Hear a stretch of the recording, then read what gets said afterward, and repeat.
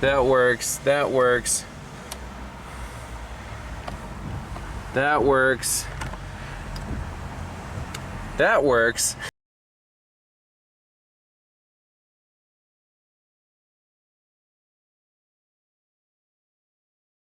Hey everyone, welcome back to Pine Hollow Auto Diagnostics.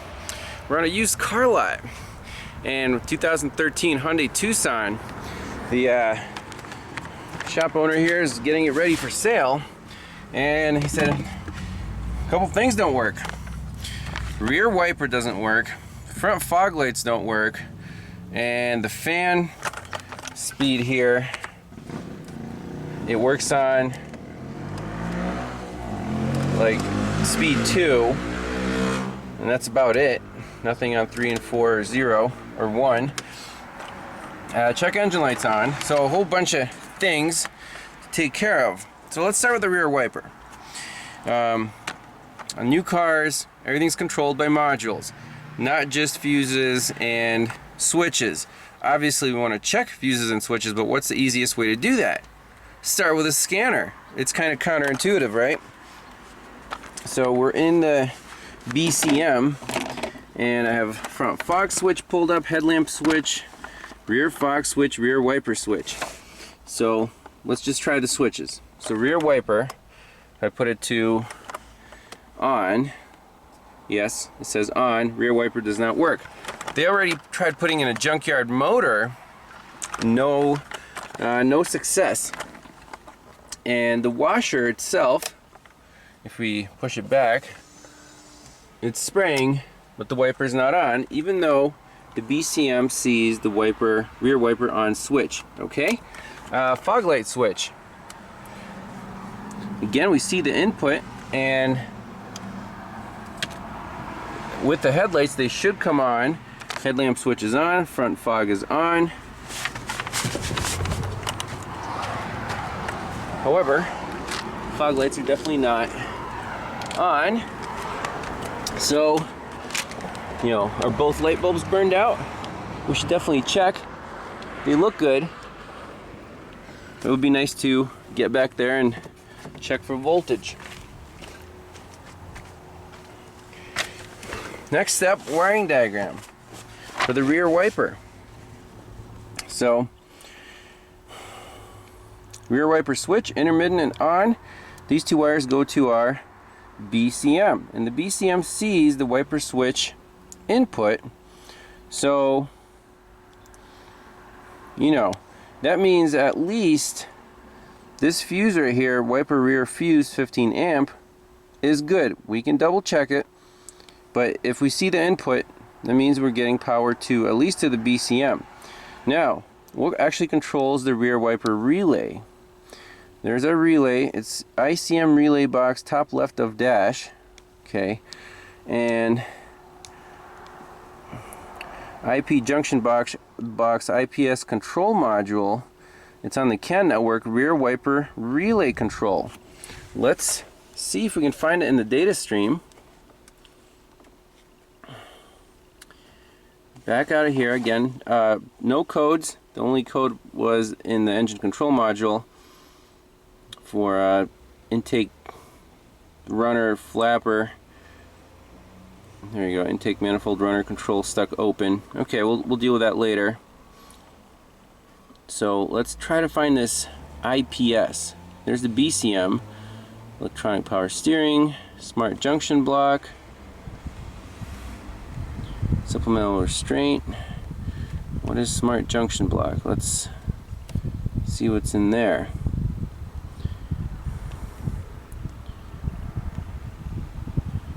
Door switch, front fog lamp relay. Let's try that.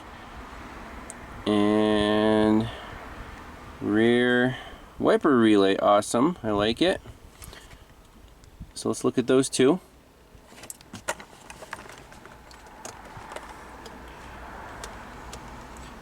So even with the switch on, it says front fog lamp relay off. Rear wiper. Turn the rear wiper on. Start this thing up. It says rear wiper relay off. So what's inhibiting that smart junction block from turning on the wiper relay? Can we bidirectionally control it? Let's see.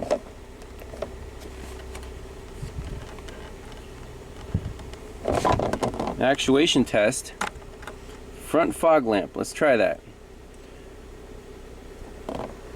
Press start button if you are ready. Yes, I'm ready. Start. Succeeded. Okay, are the fog lights on? They are. Amazing.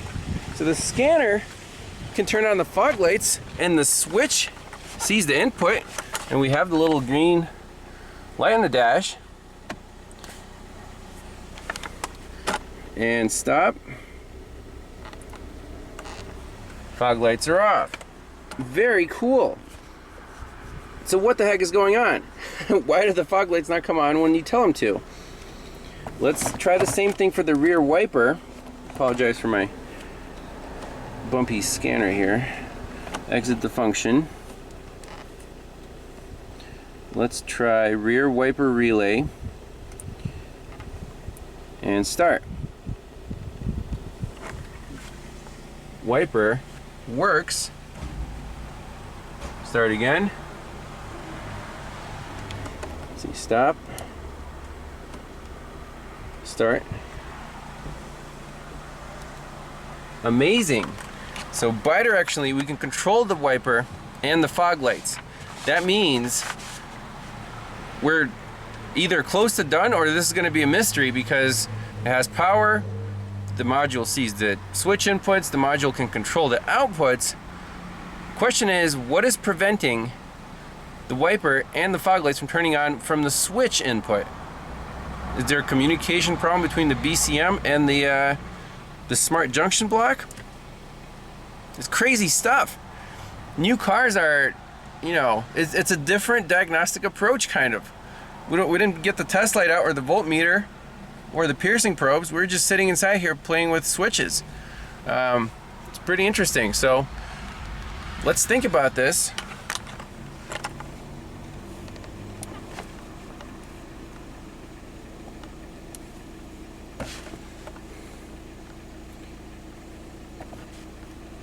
Read fault code. No trouble codes.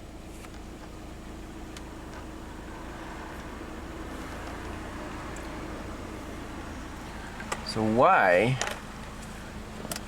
can we not turn this wiper on? It sees the switch input.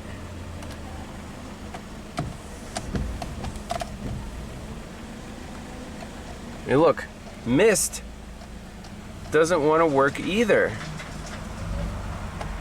Isn't it supposed to turn the wipers on when you spray it or when you go up? But this works. That is very interesting. The other thing I noticed is the front wipers do not work in mist or intermittent speed. They do work in low and high. How about that? Let's look at the front wiper diagram and kind of, if all these things don't work, what's the common thread? So put it somewhere here where there's less glare. So front wiper fuse, our motor is over here, and ER fuse relay box, left front corner of engine compartment, front low wiper relay. Now, what controls that relay? Hey, it's the BCM center of dash, right? Washer switch, mist switch. So the washer works because that motor is directly fed power, and that leg goes to the BCM and tells, hey, you're supposed to turn the wipers on when we're spraying. It doesn't do that. It does not respond to the mist switch, and it does not respond to intermittent switch either, that yellow wire. So this BCM is basically not doing anything. The low and high speeds work because there's the power feed, and in low and high you actually get power directly to the motor through the multifunction switch. That's, I guess it's a safety thing, so the BCM is only in charge of intermittent function and the missed function. So again, something with the BCM is not happy. I hope it's just going to be a blown fuse, not a bad BCM. Back to the scanner. Let's go into our BCM. I want to take a closer look at these wiper inputs. So data stream, we'll do everything related to wipers. See, anything else doesn't work? What about like rear defog? Okay, apparently that works.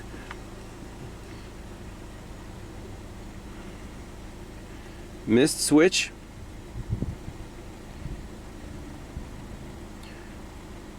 Let's do rear intermittent wiper, rear washer, rear wiper on, and washer and wiper low, relay.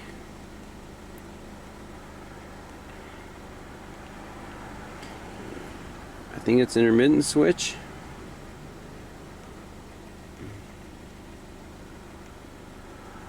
Let's look at those.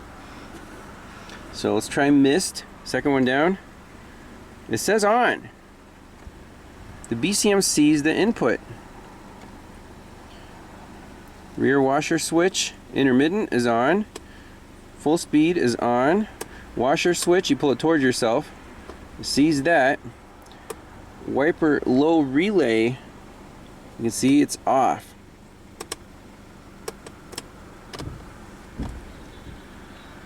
Intermittent switch. Intermittent switch is on, but wiper low relay is off. And okay, so it looks like the BCM can report back if, you know, turns the relay on. It has like a sense circuit to say, hey, we are actually powering this up. And you would think it would set a code for that, but it does not. And if we go to Actuation Test, so the front wiper relay, we should be able to control from the BCM. So let's say start. It says failed.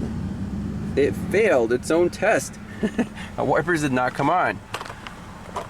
So in this case, I want to see this BCM, all the powers, because we're having issues with the outputs. The inputs are reading fine, the BCM is online, but to activate these components, I think we're probably missing like a main power feed to the BCM. So let's look there. Again, it should set a code if it's a smart module, but that's always a variable. Alright, so we're at the fuse box. I'm just gonna check a few fuses just to make myself feel good. So the rear wiper fuse right here is third one up, 15 amp. And obviously we expect it to work because the washer here, the rear washer works fine. So we know we have power coming in through our washer motor. Let's look at the BCM or this IPS. You know, there's a whole bunch of fuses labeled module 2, module 4, module 5, module 3, you know, a lot of stuff. And like this fuse right here in the corner, and then this fuse right here in the middle, it looks like they're kind of sticking out. I don't know if they're making full contact, but let's look up what these two are, like this 10 and this 15, like module 2 and seat heater front. Does the seat heaters work? Let's see. Yes, they do. But this module 2 fuse is very suspect. I don't want to touch it before looking at a wiring diagram. If you start poking stuff, you won't know what happened. So let's pull up a diagram of the BCM or the IPS to find what this module 2 fuse feeds. Okay, so for the BCM, we have a whole bunch of fuses that feed power. You have module 5 fuse, module 2 fuse, audio 2, hazard, room LP, all in this IP junction box. So, going by our little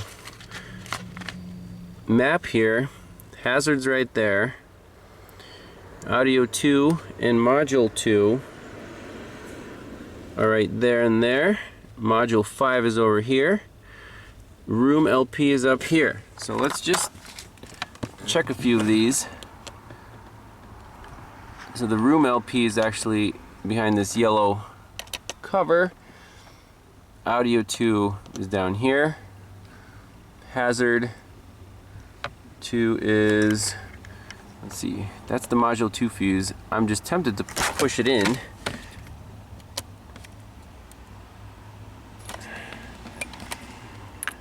Whoops. Definitely it works because it tested hot on both sides. Okay. Let's just see if anything came back to life. Oh my gosh. Unbelievable. That works. That works. That works. That works. This is insane. Why would a fuse be crooked like that? It wasn't in all the way. It wasn't powering a part of the BCM. So we had problems with weird stuff like rear wiper, front wipers, fog lights, and you can't really say what's going to be affected. His fan switch still doesn't work, and I'm sure his check engine light's still on. But that was cool. No parts required, but research and visual inspection, obviously, but knowing what to look for. It's, you know, one of these cases, I've never seen this, where the module sees inputs and you can bidirectionally control it. But what's the missing link? You would think there's nothing else left. It was just one fuse, so which one was it? The module 2 fuse. And that would be the guy right here. It says hot and on. It says on input. So maybe the BCM thought the car wasn't on. Wow. That solves most of the problems.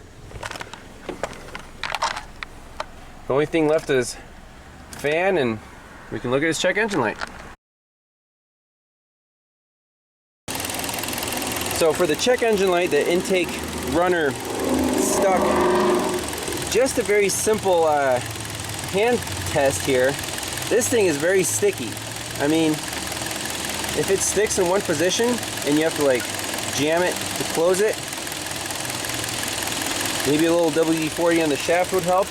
But the shop owner here said that they usually just replace the entire intake with all the, you know, flaps and stuff, and from the dealer OEM part, and it takes care of all the problems. So, you know, they don't care about that. Let's finish up with the blower motor. Okay, so can we diagnose this blower motor just by the symptoms? So it works in speed 2. Okay, and speed 2 is medium low. Pink wire comes up here to this blower motor resistor. So we can assume that the current is going through the blower motor, through the blower motor resistor, to the switch, and it's grounded on that GM02. Okay, what about all the rest of these? Okay, super quick check at the blower motor resistor. So let's check it in every speed. Speed 1, the red wire should be pulled to ground. And test light from battery positive now. If we touch a stud, it'll turn on. So the red wire, speed 1, nothing. Speed 2, it comes on. Speed 3 and 4, no change. Next, medium low is the pink wire right there. So let's go for pink. Again, 1, 2, bright light, 3 is dim, 4 is dim. Medium high is the green. Okay.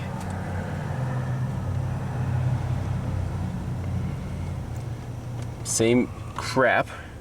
Don't get a bright light on 3, so that's broken. And high speed, the blue wire in high speed should be full ground, and it is not. It's a weak ground. So indeed, this panel, the switch is messed up. The last check we can do is we can manually be the switch and ground each wire and see if the blower motor speeds are good and what the current is through the blower motor. Alrighty, last check. So let's start back from full speed. We're just grounding that blue wire through a 20 amp fuse jumper wire and measuring the current. So at full blast, this blower motor is drawing about 17 amps. That's normal. Next speed is medium high, which is the green wire. About 9 amps. That's fine. Pink wire.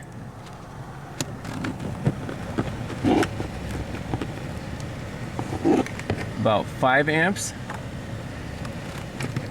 And last but not least, the red wire, which is low speed.